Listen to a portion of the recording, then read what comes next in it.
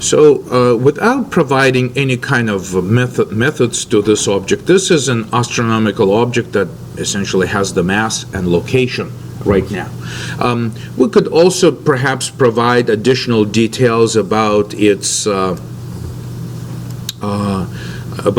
orbit, right? So it can be, the general description of an orbit, perhaps, its path through space could be helpful. We could even use it as a mathematical model to apply a set of calculations to the location. So the orbit could be perhaps, something like a wandering, which is basically not orbiting anything, or it could be a circular orbit for the sake of simplicity, or it could be some kind of elliptical, highly elliptical in the simplified situation. I mean, these could be the possible settings for an orbit, so that we have some kind of general notion of an astronomical object. Next thing, we can perhaps we can derive other concepts from this astronomical object. So there could be, obviously, it could be a star, right? And a star could have a set of its own attributes. Perhaps it can have a radius, right? A radius in terms of the size of it, some sort of luminosity parameter, possibly color, right, of this luminosity, color of light that it emits. And so essentially sets of attributes and names for objects basically simplify understanding of the system.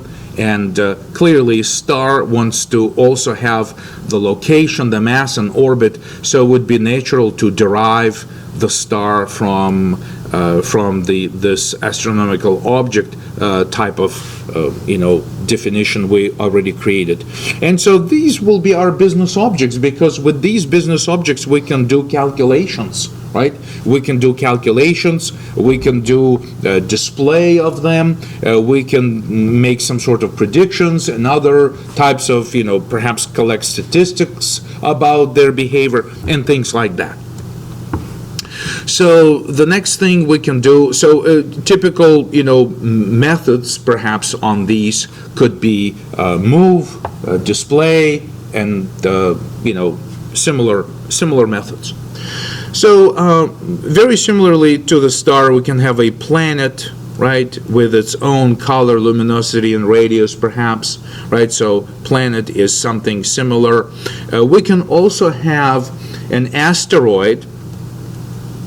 So asteroid type of object may be not having a spherical shape, right?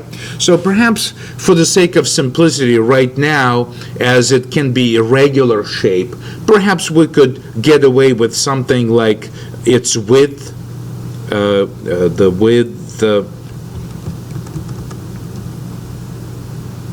width, height, and length, something like that, to describe perhaps box-like irregular shape, right? So right now it may be a box-like, but if we want to display the asteroid, we can take the basic parameters of width, height, and length of it, and essentially perhaps randomize that shape a little, like, add additional features to it and make it look like an irregular shape.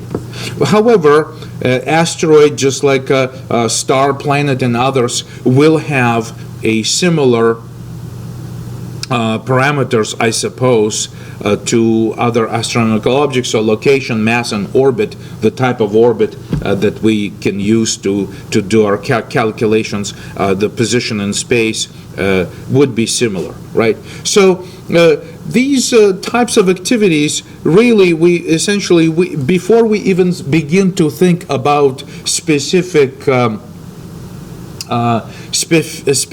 types of classes that we need to instantiate these objects. Those would be just examples of business objects that we would like to have in our computer memory in order to model this system, in order to be able to visualize it, in order to be able to animate it, and things alike. We also can have perhaps another type of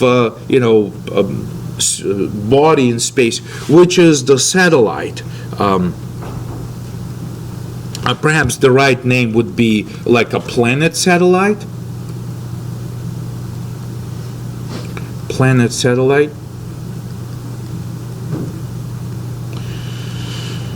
Planet satellite, another type of thing which may be also described separately. So, for these types of systems, like planet with a set of satellites, we could have methods such as compute the center of the mass. Like, for instance, we can compute the center of the mass for planet and each of the satellites, and then compute, essentially summarize everything, or rather average everything, and find the center of mass so that we can then properly compute the orbit around the star and things like that. Or the planet itself could be wandering, and it could still be wandering orbit, right? So it can wander through the space so that it travels without an orbit around some sort of star. Okay, so again, but basically for the satellite, perhaps we can have additional, features. I don't know, something that we would like to add to the satellite. It's a possibility, right? So, but having this specific type of object would help us to identify, features that would be common among satellites around existing planets, or something like that. Okay, so other types of classification possible, but generally speaking, if we were presenting this to a certain audience, say kids in middle school, we don't have to explain to them what a software class is in Java program. If you're just talking about these objects, your audience should be perfectly comfortable understanding that each single one of them has meaning, and we can even give names to planets to identify specific objects that we're going to have instantiated in our computer memory. For them, of course, it will be visible on display, and this will simplify communication between you and your audience, if you will, so that you would like to describe the type of software system that you're building in order to run some sort of animation or something, right? So that again brings up very naturally the idea of generalization, right? So this arrow, this type of arrow, basically the triangular arrowhead connecting two boxes, represents generalization, and something that we have on this side of this relationship would be considered to be a superclass or base class, and then down here star deriving from an astronomical object would be an example of the subclass of that type, or also derived class.